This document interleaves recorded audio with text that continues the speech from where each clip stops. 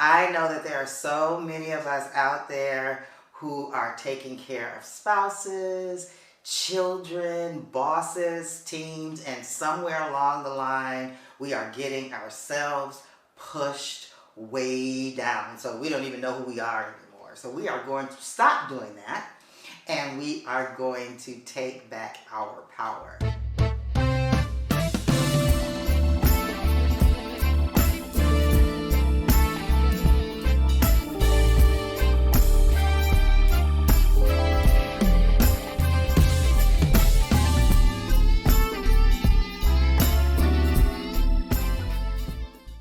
Hello and welcome to the AWE Network. For those of you who may be new to the channel, I am Corrie, your host. I'm an attorney, Grammy-winning performing artist, author, and life coach. Clearly, I do not do boxes.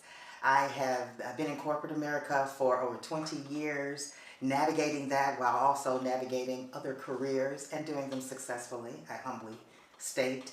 And today I am leveraging my own programs to help corporate professionals break out of their own boxes, to live a life of purpose without sacrificing their passions. So that's a lot.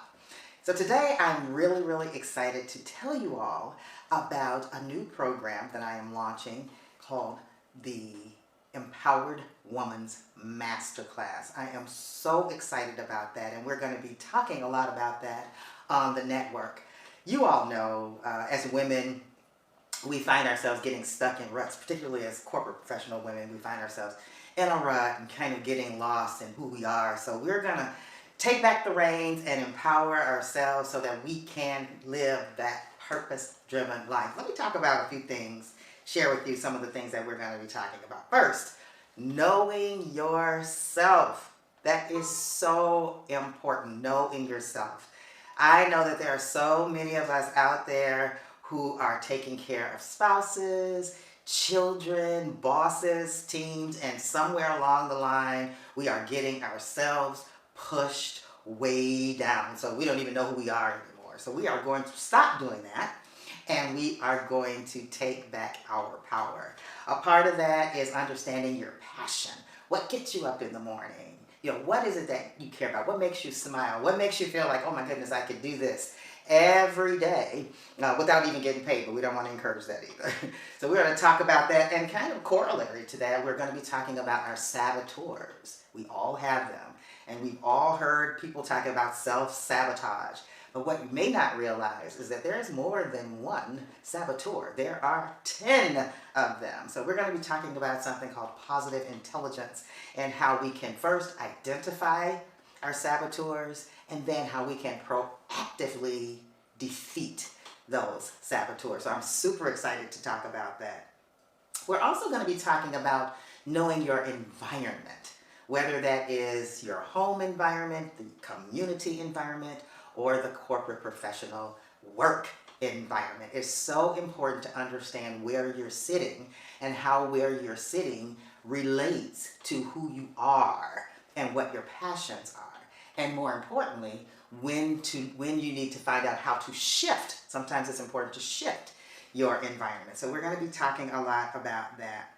We're also going to be talking about, and this is something that's really particular to the corporate professional women at work, how to identify and leverage your relevant strengths. Now notice I said relevant strengths. I'm not just talking about any strength. I'm talking about those strengths that are particularly aligned to both your passions and the organizational need. Because when you have that trifecta, that is when you are destined for extraordinary leadership. And so we're going to talk about that. Another thing we're going to talk about is leaning into the quote-unquote soft skills, those leadership skills, those communication skills, relationship building skills, people skills. You know, you've heard it called soft skills, but I violently disagree. I think these are critical skills. As smart as we are, we can learn the technical aspects of what we do, but not everyone has the aptitude to draw in people, to make people remember how you made them feel rather than what you're teaching them. So we are going to talk about leaning into those soft skills. So I am excited about that. Next thing we're going to talk about is Leveraging the power of perception. I'm going to say that again. Leveraging the power of perception. Oftentimes, we tell ourselves we don't care what so-and-so thinks or what anybody thinks, but we want to be a little bit more strategic about perception, because perception can be so powerful when you are using it strategically. Depending on where you're going, how you're charting your trajectory, it's important to understand. It can be very, very, very crucial that what perception is and who that perception is coming from. It may make sense sometimes not to pay attention to it if it's not related to your trajectory. But if it is, you may want to pay attention to that and then figure out how you want to respond to it. And I say all the time, you don't have to agree with the perception. You just need to understand the perception so that you can know how to navigate it. So I'm excited to be talking about that. A few other pieces. Write the vision and make it plain. Write the vision and make it plain. It's really important for you to own your personal and professional trajectories. Super, super important. So you have to have a vision.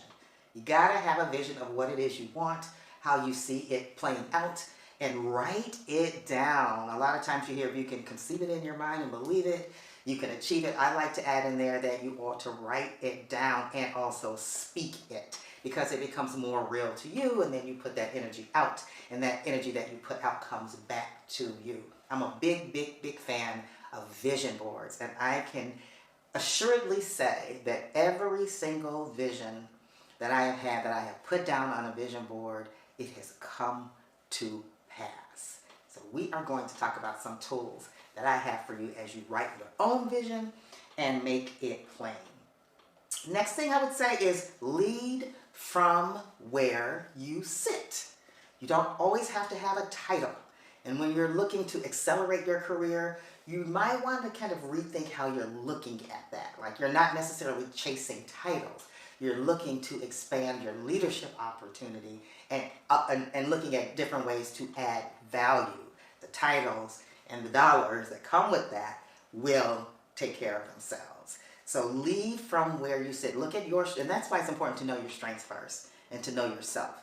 Because if you can find how to, figure out where the organization is or where the environment is and how you can contribute to that, leveraging your strengths, you're onto something there. So lead from where you sit.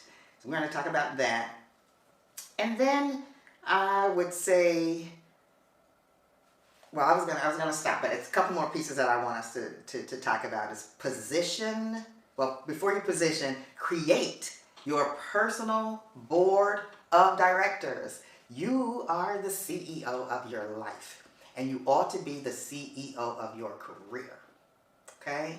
So it's important to have advisors sitting around you, trusted advisors around you. You may have many, many mentors. I have had many mentors over the course of both my careers, and I've learned to understand the difference between mentorship and sponsorship. That's crucial. I know we talk about sponsor. You hear people throwing around sponsorship around all the time, but what some people don't understand is mentor can be a sounding board, can kind of help you understand the culture, give you some examples of kind of the experiences that they've had. But the sponsor is the person that will not only put your voice in a room, but has the career capital to do that. So we are going to talk about what that professional board of directors should look like for you based on your vision of what you're trying to do and where you are trying to go in your life. And then I would say, speaking of sponsorship, position yourself for effective sponsorship. Position yourself for effective sponsorship. Right? It's not always about what you can get from someone, but how do you add value to that relationship so that someone is interested in sponsoring you. My experience, particularly in corporate America, has been mentors are selected by you, but sponsors find you. And I am going to tell you what they're looking for in order to put their career capital on the line for you and what you should be doing in that relationship. And then finally, I would say reach back, give forward. Reach back, give forward. How many times have you heard that, so-and-so got to where they are now, and now they're just not interested in paving the way for someone else?